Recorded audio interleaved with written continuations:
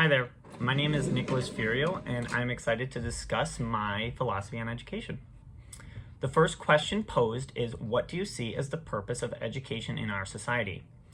One of the main purposes that I see for education in our society is to prepare students for the workforce so that the United States can continue setting the economic and military standard. Instead of teaching students to embrace their unique quality, education teaches skills that directly translate to the workforce and provide some value to the United States economy. I don't necessarily agree with this. However, this is the reality for what education is at this point. The next question is, what do you think the role of an educator is, both inside and outside of an instructional setting? Education in general directs its students to understand the world in a particular scope. It is therefore the educator's job to be the one directing their students. In the current makeup of education, the main objective of educators is to help students understand the specific curriculum appropriate to their grade level. However, this takes most critical thinking outside of the classroom. I tend to agree with Paulo Freire's critical pedagogy of building critical reflection, self-criticism, critical awareness, and self-consciousness. But education has become very one-dimensional. We teach students a set of curriculum that has a right answer and a wrong answer. While a critical pedagogy is more focused on the process of understanding and not just the right answer, helping students to think outside the box and analyze a problem from a different perspective helps students activate creativity, artistry, self-awareness, and become valuable thinkers in a democracy. The next question is, how has your experience as a student impacted you as a future professional educator? I have seen in my own experience as a student that having a teacher care about me and not just my grades greatly impacts my overall perspective and love for the class. I'm much more engaged, much more excited to come to class, and overall I think it impacts how well I do. The next question is, what 3 qualities do you believe an effective teacher should have that you also have? How can you develop, further develop, and continue to develop the 3 qualities you listed? I think the first quality I possess that makes a good educator is being an advocate for my students, like Rita Pierson states. Every child needs someone to believe in them, care for them, and connect with them. This is something that I highly value and have seen how connecting with students help them become better learners and students. Second, I am patient, which is valuable when growing frustrated with students. As Rita Pierson says, educators must hide when they dislike a student. We still have to treat them fairly, care for them, teach them in the same manner that we teach the kids who we do like. So just overall being patient and kind to them. And third, I am open-minded and embrace diversity. This is important for understanding your students and creating a healthy learning environment. I want to be able to make each student feel seen and safe, and that greatly affects a child's ability to learn. These skills and qualities can be further developed through more experience in the classroom and also having discussions with educators who have more experience than I do. It will also require discussions with students and being open-minded and a willing learner to embrace growth and accept mistakes when I make them.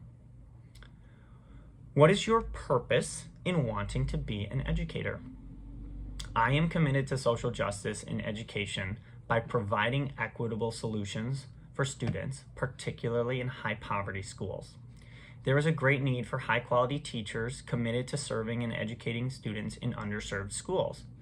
By providing a high quality education to our most vulnerable students, I can help raise a generation of students committed to pursuing justice in our society through active citizenship in our democracy.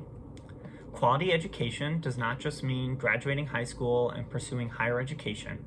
Of equal importance, it includes growing critical thinking skills that allow students to engage in civic discussions, political activism, and social justice. Next question is, based on your research in this class, how would you change schools or the field of education so students can meet the challenges of the next 50 years? One thing that I am very passionate about that I just discussed is equitable education, particularly across socioeconomic classes and race.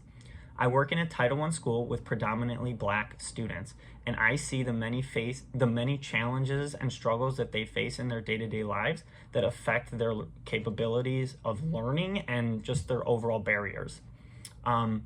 There's no easy answer to solving this problem, but I believe one key is better integrating schools with more diversity so that children of all backgrounds and cultures attend schools together and therefore receive the same resources. Our future policies, both regarding schooling and housing, need to be better focused on solutions that create cohesive and diverse communities and schools instead of dividing them across race and class. And the last question is, based on what you have learned in this class, as well as your own experiences, what is your working philosophy on education?